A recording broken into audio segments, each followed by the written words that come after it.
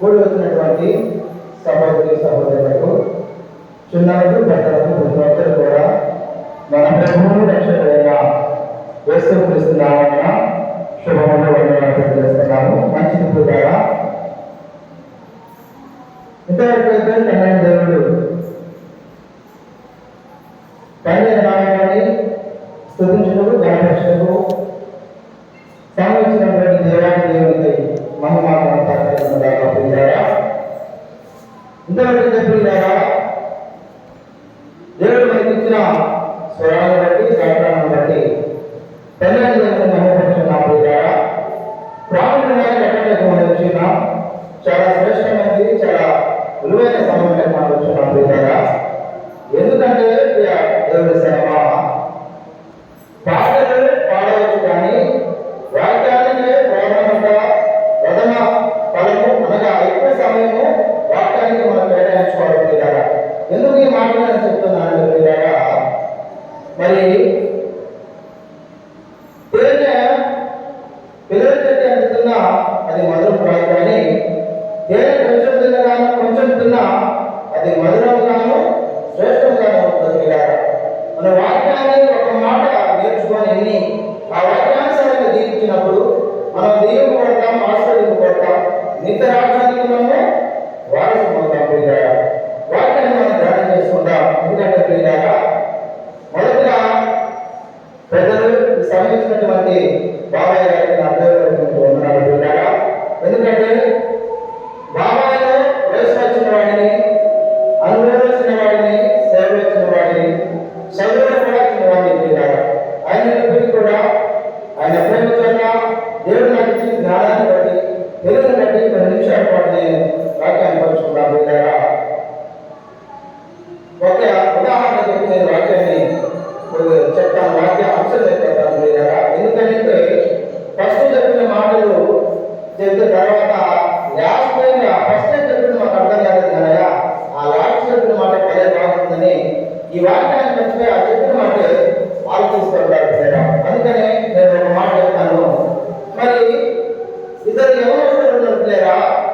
ఇది కట్టు కథ కాదు, కట్టు కథ కాదు, జరిగిన వాస్తవం పిల్లరా. ఇంకా ఇద్దరు యవనస్తులు ఉన్నారు పిల్లరా. అయితే ఆ యవన బిడ్డకి యవన ప్రాయం వచ్చినది, వివాహ సమయము వచ్చినది పిల్లరా.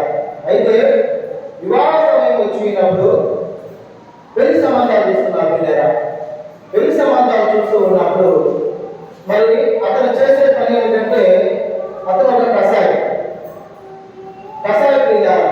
కసాయి అయితే మన బిడ్డ యవనప్రాయం వచ్చింది, పెళ్లి చేయాలి, ఒక మంచి సంబంధం చూడాలని చూస్తూ ఉన్నాడు పిల్లరా. చూస్తూ వెళ్ళినప్పుడు ఆ పెళ్లికి సంబంధానికి వెళ్ళారు. అక్కడ వెళ్ళినప్పుడు మరి పిల్లరా అక్కడ వెళ్ళి కూర్చున్న తర్వాత వాళ్ళందరూ అక్కడికి వచ్చినారు. వచ్చిన తర్వాత పిల్లరా అదిగో అమ్మాయి వచ్చింది చూడమన్నప్పుడు వెంటనే ఆ యొక్క యవనస్తుడు ఏమన్నాడంటే, చూడయా పెద్దవాళ్ళు ఉంటారు కదా, చూడయా వచ్చిన చూడమన్నప్పుడు ఆ యవనస్తుడు ఏమన్నాడంటే, చూస్తే మనం చూసినాను పోస్తే 50 కేజీలు అవుతాను, చూసినా కానీ పోస్తే 50 కేజీలు అవుతాను. మరి 50 కేజీలు కాదు ఆయన, నువ్వు కషాయం అనుకుంటున్నావు, కషాయం కాదురా బాబు, నీకు సంబంధం చూడటానికి వచ్చినాను ఆయన, సరిగా చూడు స్త్రీని అన్నప్పుడు తదుపరి రెండవ అతను తీసుకెళ్ళి రెండో వ్యక్తిని తీసుకొచ్చినాడు. రెండో వ్యక్తి ఎవరంటే పిల్లారా, ఒక మంచి కవి, ఒక కవితను రాసేవాడు, ఒక కవి పిల్లారా. ఆ కవిని ఆ యవనబిడ్డను కూడా ఆ కవితను రాసే యవనబిడ్డను కూడా తీసుకెళ్ళి చూపించినప్పుడు ఆ యొక్క యవనబిడ్డను చూసి ఆమె యొక్క కవిత్వాన్ని, ఆమె యొక్క స్త్రీ ఒక గొప్పతనాన్ని చూసి మంచి కవితను రాసినట్టుగా మనం చూస్తున్నాం పిల్లారా.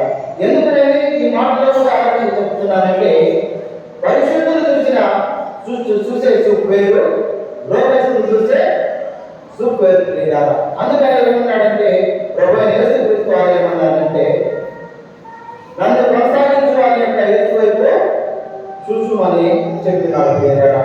మన వైపు, మన యొక్క ధ్యాస, మన చూపు, మన ఆలోచనలు ఎవరి చూడాలంటే పరమందున్న యేసు వైపు నేను చూడవలసిన అవసరం ఎంత ఎందుకు పిల్లారా. అందుకే ఈ మాట నేను చెప్తున్నాను పిల్లారా. ధ్యానం చేస్తున్నాం పిల్లారా. ఈనాటి యొక్క వాక్యము ఏమిటంటే పిల్లారా, పురాణ కుమారైనటువంటి పురాణ గురించి మనం ధ్యానం చేస్తున్నాం పిల్లారా. పురాణం అనగా మనకు తెలుసు పిల్లారా.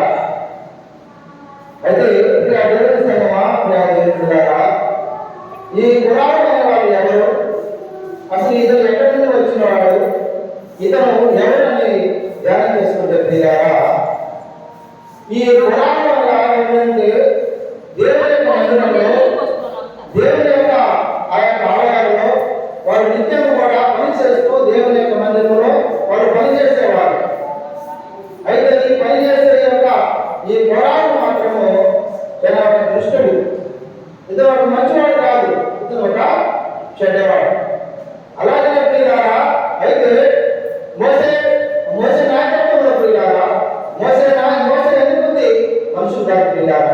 అయితే ఇశ్రాయేలు జనానికి, ఆ నశించుకోని ఇశ్రాయేలు ప్రజలకి, ఆ యొక్క ప్రజలకి ఒక నాయకుడు కావాలి, ఒక మంచి నాయకత్వం కావాలి, మంచి ప్రజల్ని కానూను దేవుడు నుంచి ప్రకటించు దేశానికి నడిపించడానికి ఒక మంచి నాయకుడు కావాలి అని చెప్పేసి పరమందున్న దేవుడు ఆయనని నాయకుడిగా ఎన్నుకున్నట్లుగా మనం చూస్తున్నాం పిల్లారా. అయితే ఎన్నుకొని ఉన్నప్పుడు మరి ఈ యొక్క పురాణ దుష్టుడు, ఇతను మంచివాడు కాదు, చెడ్డవాడు. ఆయన ఎన్నుకోబడింది, నేను కూడా కథనం చేయాలి, నేను కూడా అధికారాన్ని పొందించాలని చెప్పేసి దృష్టి ఆలోచన కలిగి ఏం చేస్తాడంటే పిల్లారా, కొంతమంది ఉన్నారు పిల్లారా, వారు మాత్రమే నాశనానికి పోకుండా తదుపరి వాటితో పాటు ఉన్న వ్యక్తులను కూడా నాశనానికి తెచ్చుకుంటారు. ఎందుకు ఈ మాటలు నేను చెప్తున్నానంటే, మోసే నాయకత్వంలో బ్రహ్మాండం నడిపిస్తూ ఉంటే దేవుని ప్రజల్ని, ఆ యొక్క నాయకుల్ని ఒక కానాను దేవుడు ప్రకటించే దేశానికి నడిపించాలని ఒక నాయకత్వంలో ముందుకు కొనసాగిస్తున్నటువంటి ఆ మంచి విధానంలో ఈ యొక్క పోరాడైనటువంటి దుష్టుడైన పోరాడు మమ్మల్ని ఏర్పరచుకున్నాడు. ఆయన నాయకత్వం చేసేది, నేను కూడా నాయకత్వం చేస్తాను, నేను కూడా మీకు నాయకుడిగా ఉంటానని కొంత మందిని వేరు చేసిన ఆ యొక్క గుంపుగా ఉన్న ప్రజలని, ఏకంగా ఉన్న ప్రజలని, ఒకటిగా ఉన్న ప్రజలని వారిని ఏం చేసిందంటే వేరు చేసినట్టుగా మనం చూస్తున్నాం. వేరు చేసి అతను నాశనం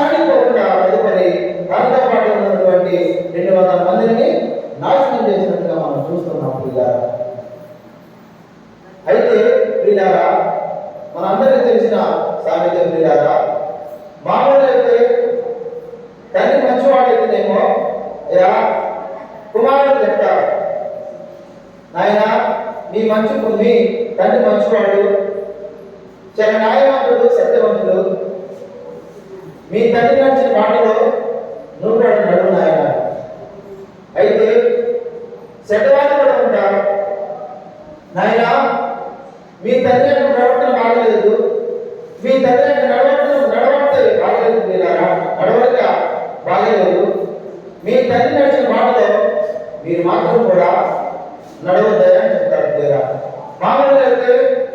మామూలుగా ప్రియులారా, తండ్రి ఏ మాటలు నడిస్తే పిల్లలు కూడా ఆ మాటలనే నడుస్తారు ప్రియులారా.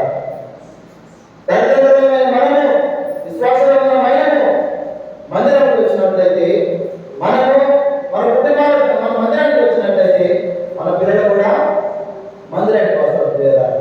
మనం మందిరానికి రాలేనప్పుడు, ప్రభుత్వ మనం ఆచరించలేనప్పుడు, నువ్వు లోకంలో వ్యర్థంగా తిరుగుతున్నప్పుడు నీ పిల్లలు కూడా లోకంలో వ్యర్థులుగా తిరుగుతుంటారు ప్రియులారా. అయితే ఈ పురాణ కుమారులు దేవుని యొక్క సత్యాన్ని కలిగిన వారు, దేవుని యొక్క ఆలోచనలు కలిగిన వారు, తండ్రి నడిచిన బాటలో కుమారుడు నడవలేదు. మామూలుగా అయితే తండ్రి ఏ బాట అయితే నడుస్తాడో, ఏ దారి అయితే నడుస్తాడో ఆ దారిలో పిల్లలు కూడా నడుస్తారు లేదా. అయితే పిల్లగా మనం ఆలోచించాల్సిన విషయం ఏమిటంటే, ఇక్కడ తండ్రి నడిచిన బాటలో వారు నడవలేదు. తండ్రి అయితే దుష్టులుగా నీకు మిగిలిపోయాడు, కుమారుడు అయితే నిత్య రాజ్యానికి వారసుడు ప్రియులారా. నిత్య రాజ్యానికి వారసుడు కాబట్టి మేము ప్రియులారా, ఈ పరిశుద్ధ గ్రంథము, ఈ మహాగ్రంథము ప్రియులారా, ఈ మహాగ్రంథంలో వాళ్ళు 8 పుస్తకాలు 8 అధ్యాయాలు రాసినట్టుగా మనం చూస్తున్నాం ప్రియులారా. అయితే ఈ కీర్తన 159 అధ్యాయాలు ఉంటాయి ప్రియులారా. ఈ 159 అధ్యాయాలలో కొన్ని కీర్తనలు దావీదు రాజైనటువంటి దావీదు గారు రాసి ఉన్నారు. తదుపరి తన కుమారుడైనటువంటి సొలొమోను కొన్ని కీర్తనలు రాసి ఉన్నాడు. తదుపరి మోషే కొన్ని కీర్తనలు రాసి ఉన్నాడు. ఆసాము కొన్ని కీర్తనలు రాసి ఉన్నాడు ప్రియులారా. తదుపరి కుమారుడు కూడా 8-9 కీర్తనలు రాసినట్టుగా మనం చూస్తున్నాం ప్రియులారా. ఎంత చక్కని మార్గం!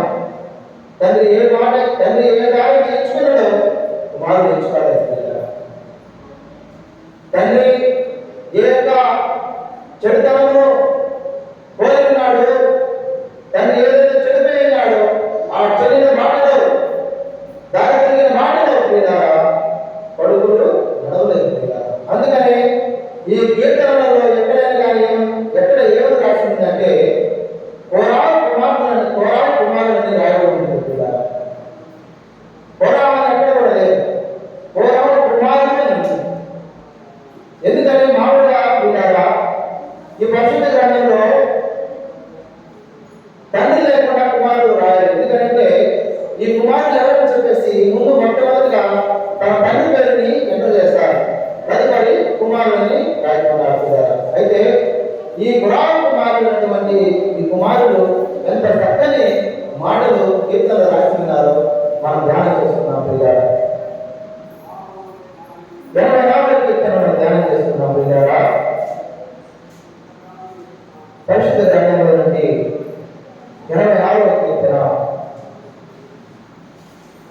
ధ్యానం చేస్తున్నాం ప్రియులారా.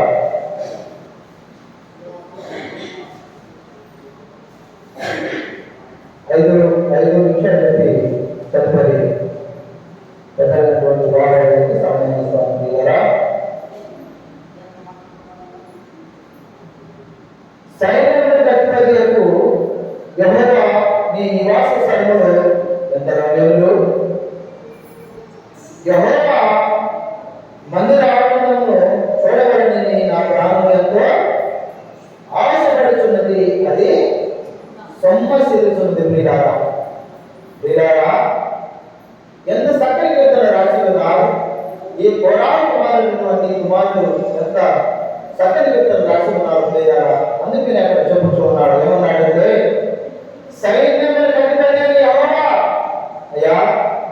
నీ నివాస స్థలములు ఎంత రమ్యములయ్యా రాస్తున్నారు. అయ్యా సైన్యము అధిపతి భూమి ఆకాశము సృష్టించిన దేవుడు నీవేనయ్యా. నువ్వు సైన్యములకు అధిపతివయ్యా. నీ మందిరములో నీ నివాస స్థలములు ఎంత రమ్యములు అని రాసినట్టుగా మనం చూస్తున్నాం ప్రియారా. అయితే తండ్రి నడిచే పాటలు నడలేదు ప్రియారా. ఈ పురాణ కుమారుడు తండ్రి ఏ రకంగా ఆలోచనలు చేసి ఉన్నాడు, ఆలోచనలు చేయలేదు. తండ్రి చెడిన బాటలో పిల్లలు నడలేదు ప్రియారా. తన కుమారుడు సత్యాన్ని వెలిగినారు, సత్యదేవుని వెలిగినారు. దేవుని యొక్క సత్యాన్ని వెంటనే కాకుండా ఈ పరిశుద్ధ గ్రంథంలో వారు 8 అధ్యాయాలు రాసినారంటే గొప్ప సంగతి. చాలా ఆశ్చర్యకరమైన విషయం ప్రియారా.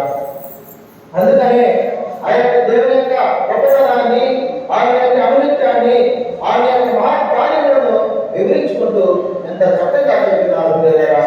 సైన్యములకు అధిపతి యెహోవా నీ నివాస స్థలములు ఎంత రమ్యములు. యెహోవా నీ మధ్య రావణను చూడబట్టి నా ప్రాణం ఎంతో ఆశపడుచున్నది, అది సొమ్మసిల్లుతుంది ప్రియారా.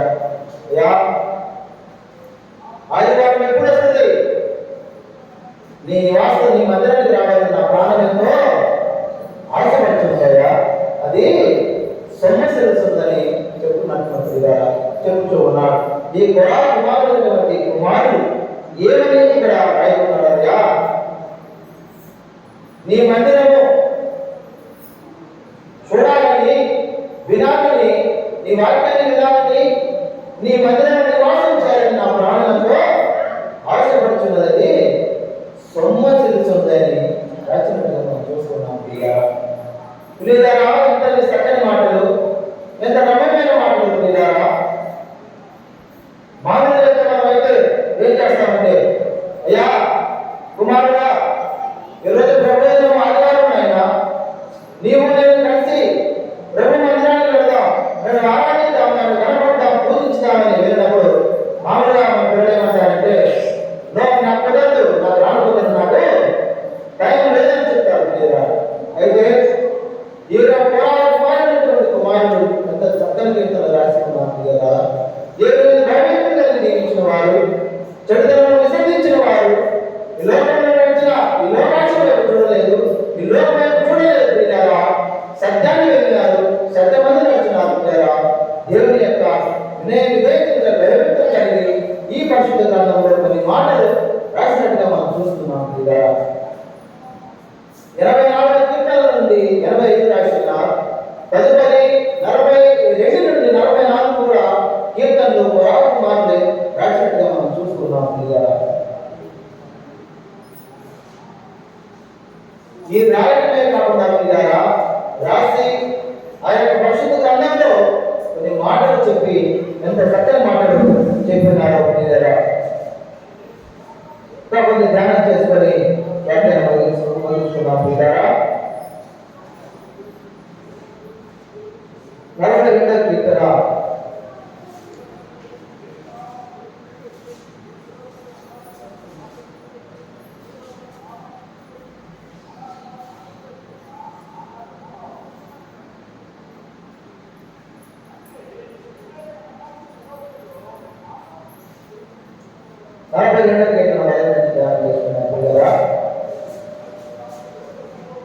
దుప్పి నీటి వాగుల కడకు వాయబడినట్లు దేవా నా ప్రాణం నీ కడకు ఆశపడుచున్నది, నా ప్రాణం దేవుని కడకు దృష్టపడుచున్నది, జీవగల దేవుని కడకు దృష్టపడుచున్నది. దేవుని సన్నిధికి నేనెప్పుడు వచ్చేదను, ఆయన సన్నిధిని నేను ఎప్పుడు కనబడుతును ప్రియారా. చాలు ప్రియారా, ఎంత చక్కని కీర్తన రాసి ఉన్నారు ఈ పురాణ కుమారుడు ప్రియారా. ఏమన్నాడంటయా? నీటి వాగుల కరకు, నీటి వాగుల కరకు,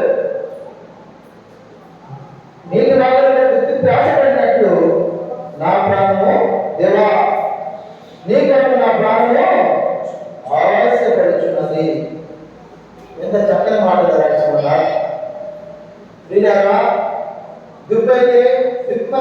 పిల్లారా ఆ దుప్పి ఒక ఎడారిలో నివాసం చేస్తుంది, ఒక ఎడారిలో ఉంటుంది పిల్లారా. ఆ దుప్పి నీటికి ఎంత ఆశపడుచున్నది, ఎంత సమస్యలుందో చెప్పని మాటలు రాస్తున్నాడు. అందుకని అయ్యా దుప్పి ఎలాగైతే నీటి వాటిలో ఆశపడుచున్నదో దేవా నీ కొరకు నా ప్రాణము ఆశపడుచున్నది. ఏమిటా నీరు అంటే దేవుని వాక్యమే నీరు. నీటి వాటిల వరకు దుప్పి నీటి వాటిల వరకు ఆశపడినట్లు దేవా నీ కొరకు నా ప్రాణము ఆశపడుచున్నది. నా ప్రాణము దేవుని కొరకు దృష్టి కలుచున్నది, జీవన దేవుని కొరకు దృష్టి కలుచున్నది. దేవుని సన్నిధికి నేనెప్పుడు వచ్చేదను, ఆయన సన్నిధి నేను ఎప్పుడు కనబడను. ఇలాగా నేను ఎప్పుడు పోవాలి సన్నిధానాన్ని, ఆయన వారికి ఎప్పుడే వచ్చినది.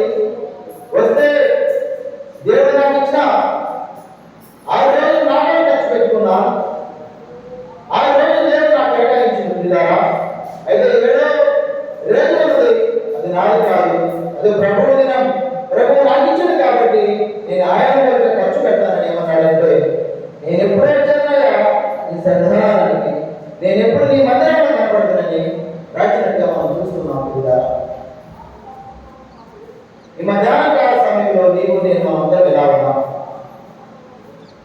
కొంతమంది వ్యక్తులైతే ప్రభుత్వము కొంతమంది మామూలుగా పిల్లారా ఈరోజు ప్రభుత్వం ఆదివారం మందిరానికి రాయినప్పుడు ఏమన్నారంటే, నాకు టైం లేదు, నాకు ఎప్పుడు టైం ఎక్కడుంది, నాకు టైం లేదు అంటారు పిల్లారా. అయితే దేవుడు నీకు ఇచ్చిన సమయాన్ని, దేవుడు నీకు ఇచ్చిన కాలాన్ని పిల్లారా నీకు వ్యక్తపరుస్తున్నావు. అందుకని ప్రభు ఏమన్నాడంటే, 6 రోజులు కష్టపడు, 7వ దినం ఉన్నది, అది నీది కాదు పిల్లారా, అది ప్రభు దినం. ప్రభువు నీకు ఇచ్చింది కాబట్టి ప్రభు కంటే ఖర్చు పెట్టాలి పిల్లారా. ఇచ్చే సమయాన్ని చూడలేక, ఇచ్చే యొక్క ఈ మొదలాంటి సమయాన్ని చూడలేక పిల్లారా, మనకంటే గనులు, మనకంటే పెద్దవారు, మనకంటే జ్ఞానం కలిగిన వారు, మనకంటే అర్థం కలిగిన వారు పిల్లారా ఇచ్చే సమయాన్ని కోరుకుంటారు. అయినప్పటికీ కూడా ఆయన ప్రేమ చేత, ఆయన కృప చేత, ఆయన దయా సంకల్పం చేత పిల్లారా నీవు నేను మనందరం కూడా ఈ రీతిగా సత్యవేత్తలు ఉన్నామనంటే అది కేవలం దేవుని యొక్క కృప ఉన్నదని మనం గ్రహించుకోవాలి పిల్లారా. అందుకని పిల్లారా ఈ గొడవ కుమారుడు ఈ పరిశుద్ధ గ్రంథంలో వారి పేర్లు రాసి ఉన్నాయంటే పిల్లారా వాళ్ళు దేవుని కొరకు వినయం విధేయత కలిగి భయభక్తి కలిగి జీవించుకుంటారు పిల్లారా. అందుకని మహాగ్రంథంలో ఈ పరిశుద్ధ గ్రంథంలో పిల్లారా కొందరినేమో మనకు ఉదాహరణకు రాసిపోయినారు, కొందరినేమో అయ్యా వాళ్ళు ఏదైతే విశ్వాసంలో ఉండలేదు, విశ్వాసం కలిగి జీవించలేదు, వారి మాటలు మనం జీవించకూడదని కొందరిని పరిశుద్ధ గ్రంథంలో కొంతమంది వ్యక్తుల పేర్లు ఈ పరిశుద్ధ గ్రంథంలో రాసిన. అయితే కొంతమందిని అయితే మనకి ఉదాహరణగా మాదిరిగా పరిశుద్ధ గ్రంథంలో రాసుకున్నారు. అందుకని అపోస్తలుడైన పౌలు గారు ఏమన్నారంటే, నేను క్రీస్తు పోయి నడుచుకున్నాను, మీరు నన్ను పోయి నడుచుకోమన్నారు పిల్లారా.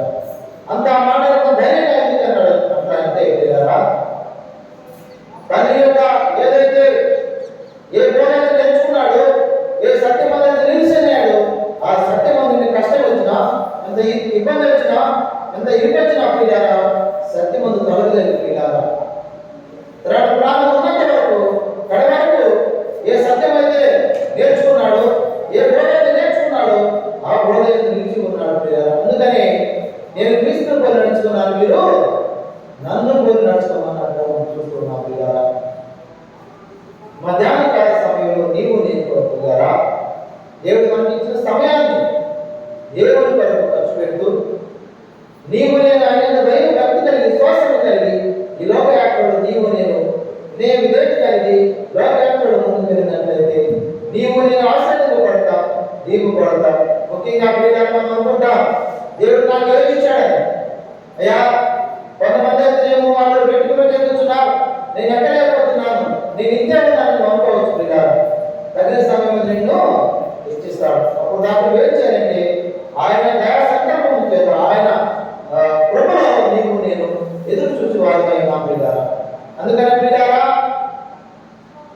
కుమారులైతే ఎదురు చూసినారు ఆయన కృప కోసం, కృపకాలం ఎదురు చూసినారు, తగిన సమయం హెచ్చించినాడు పిల్లారా. ఈ పరిశుద్ధ గ్రంథంలో కొన్ని అధ్యాయాలు రాసినట్టుగా మనం చూస్తున్నాం పిల్లారా. అనుకోవచ్చు పిల్లారా, నాకేమి ఇచ్చినాడని. నీవు నేను సజ్జనంగా ఉన్నామంటే, ఈ రీతిగా ప్రభుత్వంలో ఉన్నామంటే ఇదే గొప్ప సంగతి పిల్లారా. ఆయన విధేయత కలిగి నీవు నేను ముందుకు వెళ్ళాలి పిల్లారా. ముందుకు వెళ్ళడమే కాకుండా పిల్లారా, ప్రతి ఆదివారం నా ప్రభు దినమందున ప్రభు మందిరంలోకి వచ్చి ఆయన బరుడ చేస్తూ ఆయన యొక్క మందిరంలో వచ్చి బరుడ చేస్తూ వాటిని విని నిత్య రాజ్యానికి నీవు నేను వారసులు కావాలని, ఆ యొక్క బరుడ రాజ్యంలో నీవు నేను స్థానం సంపాదించుకోవాలని, ఆ నిత్య రాజ్యంలో నీవు నేను నిబడిగా ఉండాలని, ఆ వారసులు అడుగుతే మనం పిల్లారా లోకంలో మన ప్రాణం ఉన్నంత వరకు ఆయన ఎందుకు భయం బట్టి విశ్వాసం కలిగి జీవించినట్లయితే నీవు నేను కూడా ఆ బరుడ రాజ్యంలో స్థానం సంపాదించుకుంటాం. ముఖ్యంగా మనం అయినంత విశ్వాసం కలిగి భక్తి కలిగి జీవించినట్లయితే మనం భూమిలో పరమలో ముఖ్యంగా ఈ లోకంలో పోరాటం చేస్తున్న మన వారసత్వపడతాం. తదుపరి బరుడేకంలో మనం నీవు నేను స్థానం సంపాదించుకున్నాం పిల్లారా. అయితే పోరాటం మారినటువంటి కుమారుడు ఎంత సంతానం చెప్తారో రాస్తున్నాం పిల్లారా. నీటి వాకలకు నీటి వాకలకు ఎలాగైతే ప్రాణం ఆశపెట్టడంతో దేవా నా ప్రాణం నీ కొరకు ఆశపెట్టినట్టు మనం చూస్తున్నాం. అయితే 84 కీర్తనలు ఏమన్నాడంటే, యా సైన్యములనే ఎప్పటి యెహోవా నీ నివాస స్థలములు అంత రమ్యములని రాసినట్టుగా మనం చూస్తున్నాం పిల్లారా. అయితే వాళ్ళు ప్రభు యొక్క సంధానంలో ఎప్పటికీ కూడా విధేయత కలిగి దేవుని యందు విధేయత కలిగి భయభక్తులు కలిగి జీవించి ఈ లోకంలో భయం విశ్వాసం కలిగి జీవించినట్టుగా మనం చూస్తున్నాం పిల్లారా. అలాంటి పురాణ కాకుండా పురాణ కుమారులు ఏ యొక్క దేవుని యొక్క నమ్ముకున్నారో, సత్యదేవుని ఆరాధించినారో పిల్లారా, నీవు నేను కూడా ఆ సత్యదేవుని వెలిగి ఆ సత్యమందు నిలిచి జీవించి మనం కూడా ముందుకు వెళ్ళాలని చెప్పేసి తెలియజేస్తూ ఈ మాటలు నేను హెచ్చరిస్తూ దేవుడి మాటలను దీవించి ఆశీర్వదిస్తున్నాను.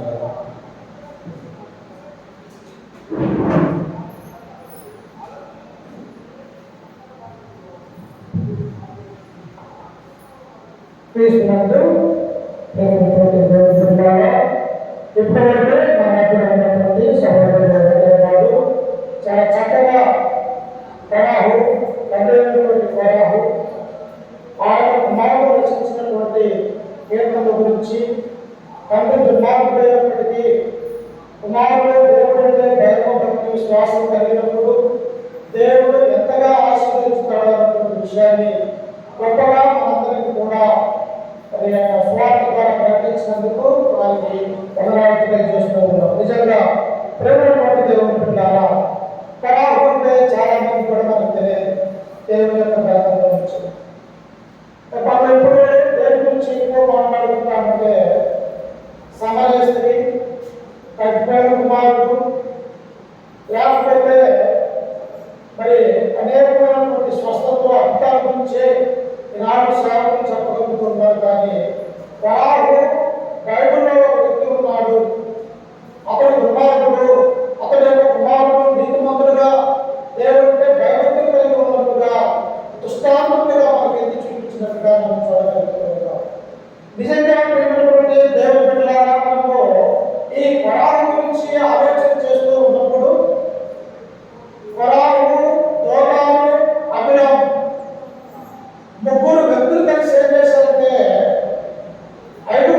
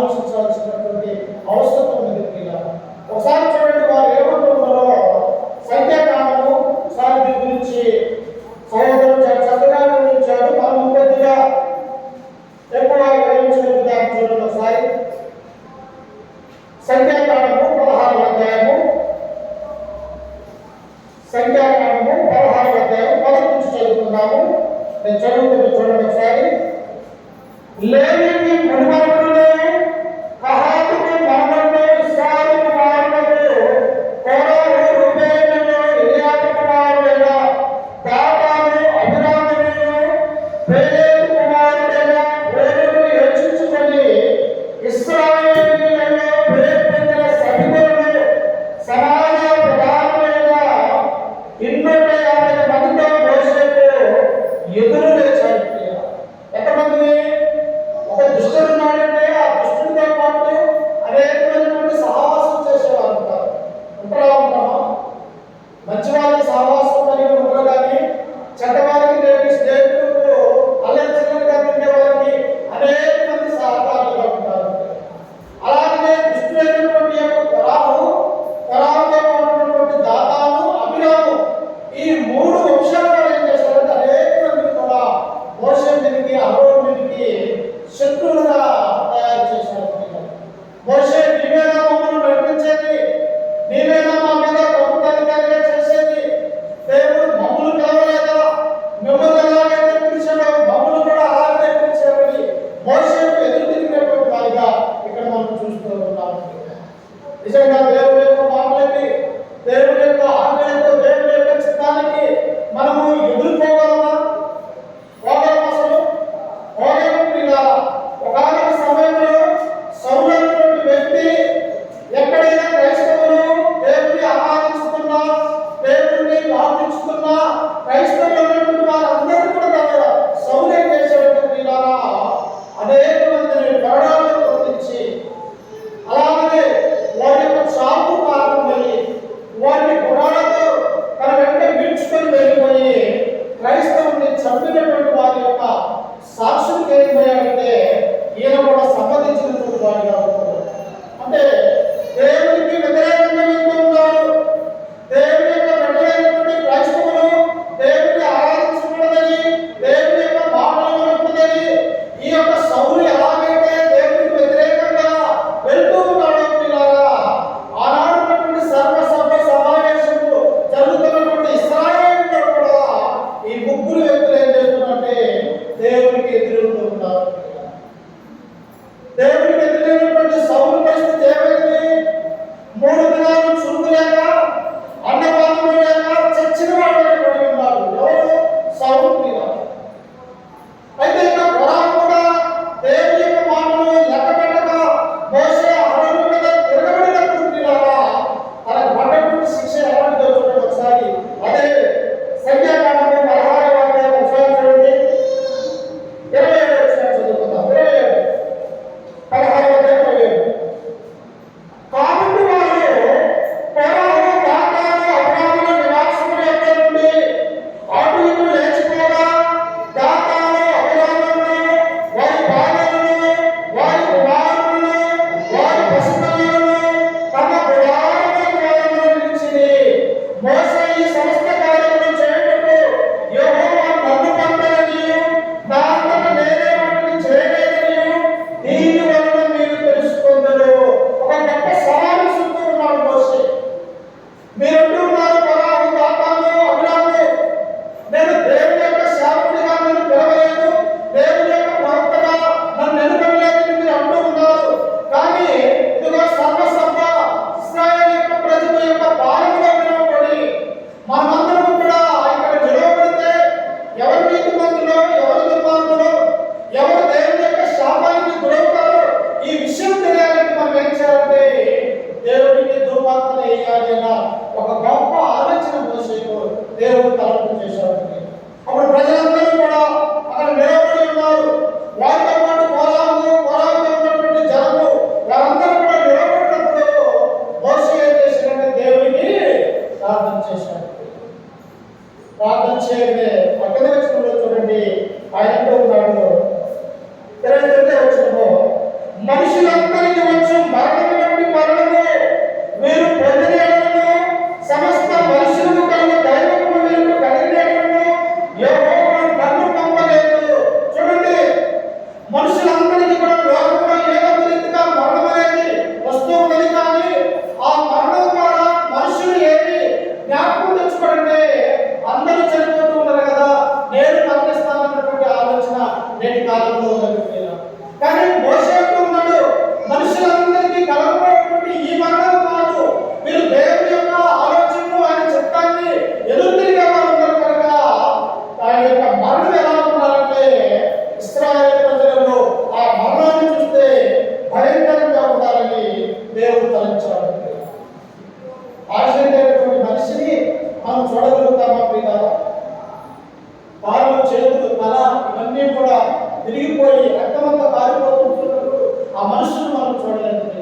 సామాన్యమైనటువంటి వ్యక్తి అయితే జ్వరం వచ్చి లేకపోతే హార్ట్ అటాక్ లాంటి వచ్చి చనిపోయినటువంటి వ్యక్తిని చూడగలుగుతున్నామో కానీ యాక్సిడెంట్ అయినటువంటి విచిత్రంగా చనిపోయినటువంటి వ్యక్తిని మనం చూడలేదు. అందుకే ఇక్కడ మోషే అంటూ ఉన్నాడు, ఈయనకి ఎలాంటి మరణము దేవుడు విధించాలని కోరుకుంటూ ఉన్నాడు. ఇక్కడ మనం చూడాలి అని చెప్పేసి అక్కడ వాళ్ళందరూ కూడా నిలవబడ్డారు. అప్పుడు ఆ కింద వచ్చిన చదువుకున్నట్టయితే చూడండి, అయితే యెహోవా గొప్ప వెంట పుట్టించడం వలన వారు పాపములతో కూడినట్లు భూమి తన నోరు తెరిచి వారికి కలిగిన సమస్తమును మృంగివేసిన పక్షమున వారు యెహోవాను అలక్ష్యం చేసి, ఒకవేళ నన్ను దేవుడు నమ్మకపోతే, నన్ను దేవుడు పిలవకపోతే, ఇదిగో ఈ యొక్క కొరాతో ఉన్నటువంటి అభిరాము దాంతో ఉన్నటువంటి సమాజము నేనే కానీ దేవుని యొక్క ప్రతినిధిని కాకపోతే ఆ పరలోకము ఉన్నటువంటి దేవుడు ఏం చేస్తుంటే భూమిని రెండు పాలుగా చీల్చివేసి ఎవరైతే ఆ భూమిలో నశించిపోతారో వారు దేవుడికి ఎదురు తిరిగినటువంటి వారు అని ఇక్కడ మోషే మాట్లాడుతున్నారు.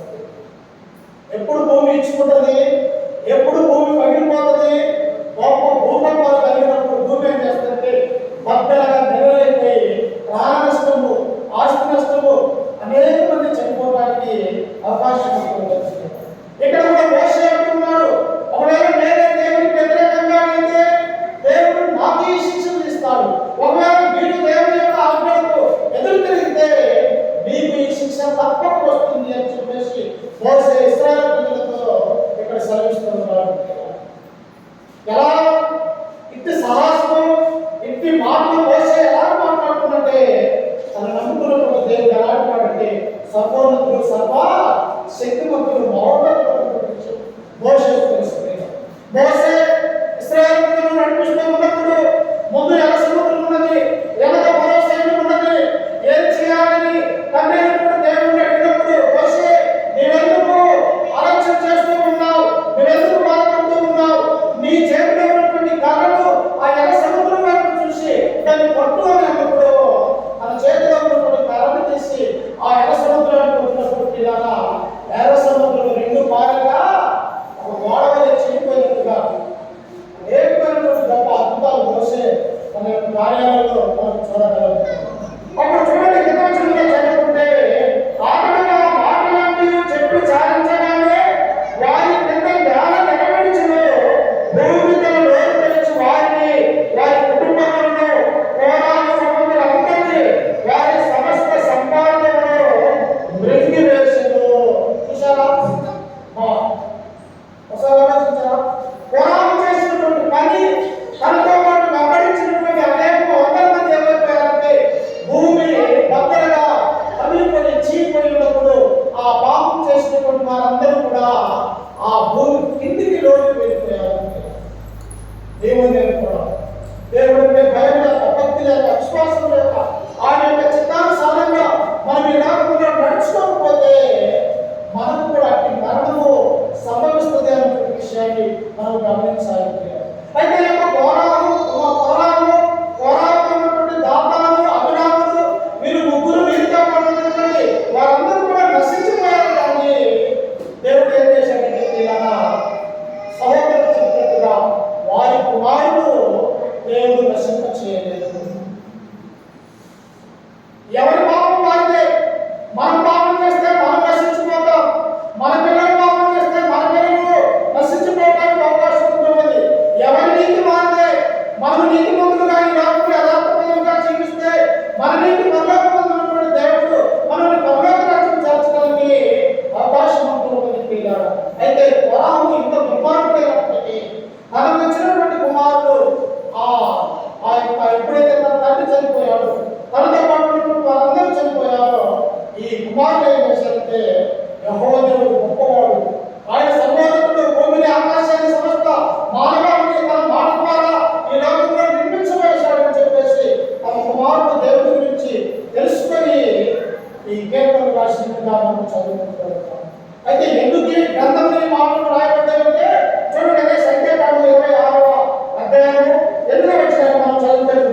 చూడండి, సంఖ్యాకాండం 26వ అధ్యాయము 8వ వచనం.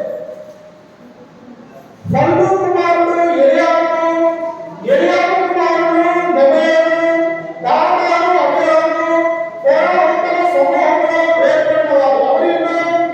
చెడ్డ సమాజం, చెడ్డ సమాజం. అప్పుడు చూడండి, అతని సమాజము యెహోవాకు విరోధముగా వాదించినప్పుడు, సమాజంలో మోషే అహరోనులకు విరోధముగా వాదించిన దాతాను అబీరాములు వీరు. ఆ సమాజము వారు మృతి పొందినప్పుడు అగ్ని ఎంతమంది? అదే వచ్చింది చూడండి ఒకసారి 26. ఆ సమూహం వారు మృతి పొందినప్పుడు అగ్ని 250 మందిని భక్షించినందున భూమి తన నోరు తెరిచి వారిని కోరాలను మృంగివేసినందున వారి దృష్టాంతములు చూశారు. ఏంటంటే ఈ గ్రంథంలో ఈ ఫరోను గురించి, చనిపోయినటువంటి 250 గురించి ఎందుకు రాయబడాలంటే పిల్లరా, మనం కూడా ఫరోను అనుసరించినటువంటి వారి జాబితాలో ఉండకూడదని దృష్టాంతములుగా మనకు రాయించి ఉన్నారు.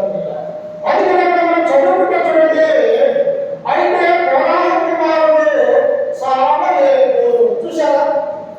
అక్కడ ఫరోను కుటుంబ సభ్యులు, పసిపిల్లలు మొదలుకొని తను వెంబడించినటువంటి అనేక మంది ఆ భూమి చీలిపోయినప్పుడు భూమిలో పడి చనిపోయినటువంటి వారిగా 250 మందిని మనం చూడగలుగుతూ ఉన్నాం. అయితే దేవుడు ఏం చేశాడంటే, దేవుడు ఫరోను కుమారుడు చంపలేదు అన్నటువంటి విషయాన్ని ఇక్కడ మనం చూస్తూ ఉన్నాం. మరి నీవు నేను దేవుడితో భయం, భక్తి, విశ్వాసం కలిగి నమ్మకం కలిగి యొక్క లాభాలను క్షీణించినట్లయితే ఇలాంటి అనేక భూకంపాలు, అనేక రోగాలు ఈ ప్రపంచంలో వచ్చినప్పటికీ కూడా మన మీద దేవుడు తన యొక్క రెక్కల కింద మనల్ని భద్రపరచడానికి అనుకుంటూ ఉన్నాడు.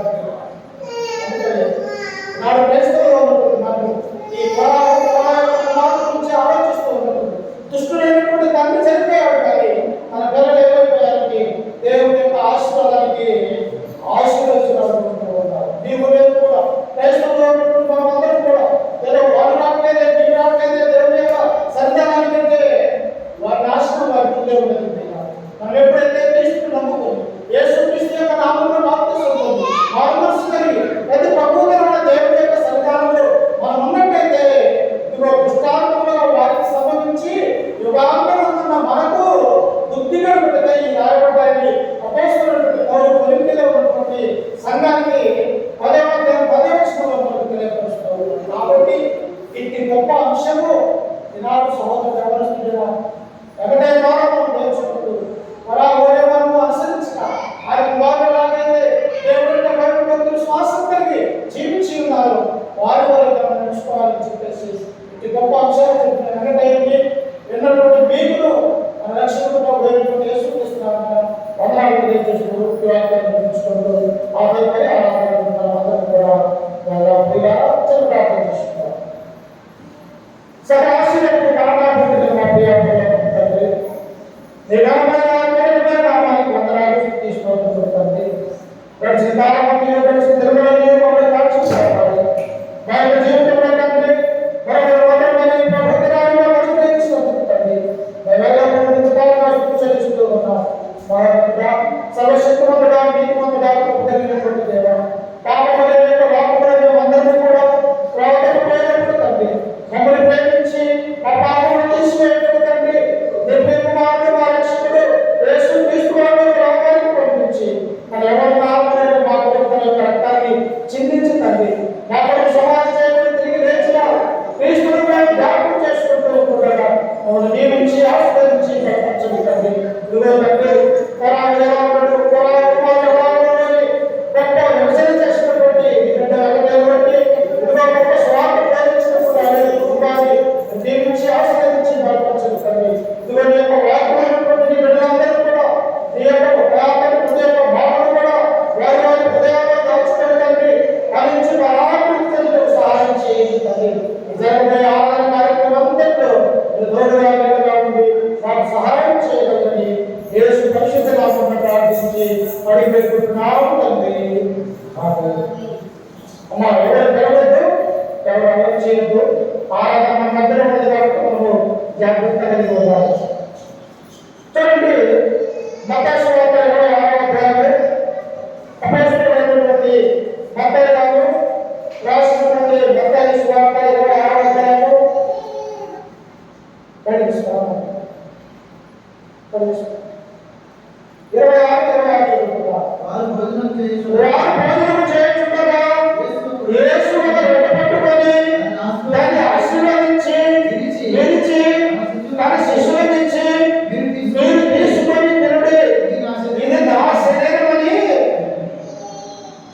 ఈనాడు క్రైస్తవులు ఉన్నటువంటి మనకి ఏం అర్థం కావట్లేదంటే,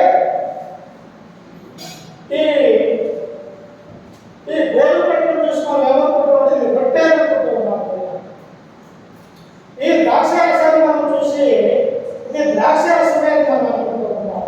నిజమే, అన్నట్లో ఉన్న వరకు ఇది గోధుమ రొట్టె, ఇది ద్రాక్షారసమే.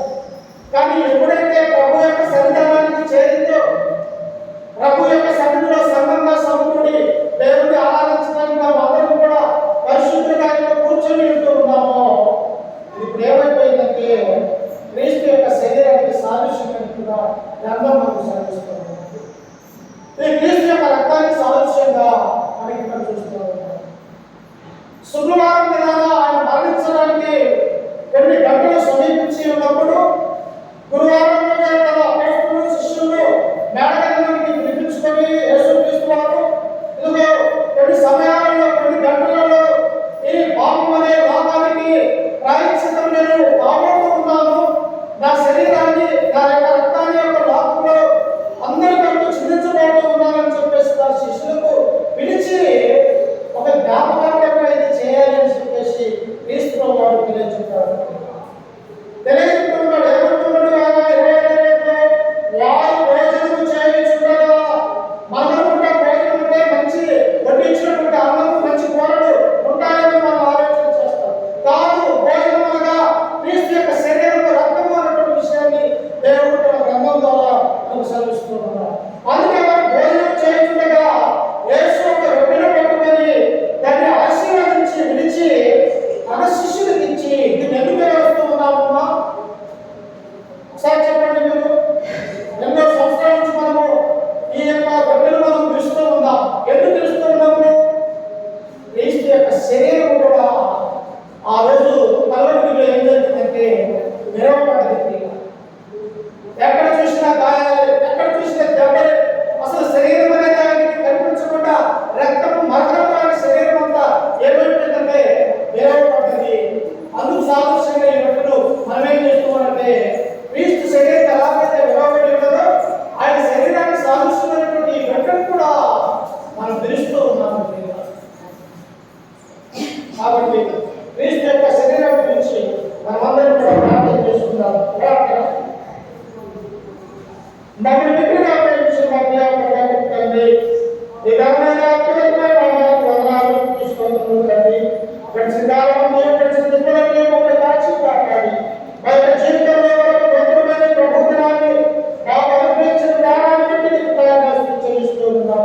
అది ఎక్కడైతే దొరుకుతున్నటువంటి నా నామంలో ఏమి భరించుతారో ఎవరందరూ ఉంటారని సేవించిన దేవా, మమ్మల్ని మన సమయంలో సమయంగా సమకూడి ఆత్మదేవ శక్తితో మేము ఆరాధిస్తూ ఉంటాం. మమ్మల్ని నియమించి ఆశీర్వదించి బలపరచండి తండ్రి.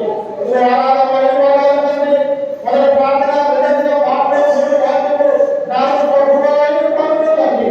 5 విషయాల ద్వారా మేము బయటపరుస్తూ ఉంటుండగా మమ్మల్ని నియమించి ఆశీర్వదించి బలపరచండి తండ్రి. ఇదిగో తండ్రి, ఇలా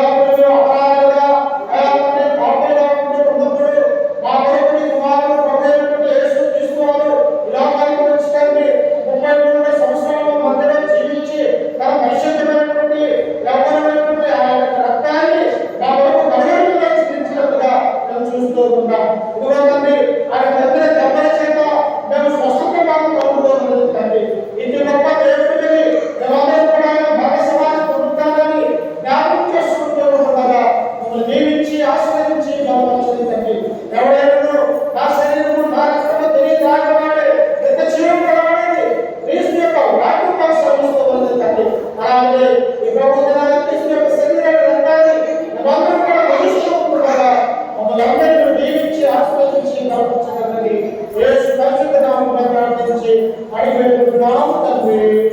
ఆమేన్.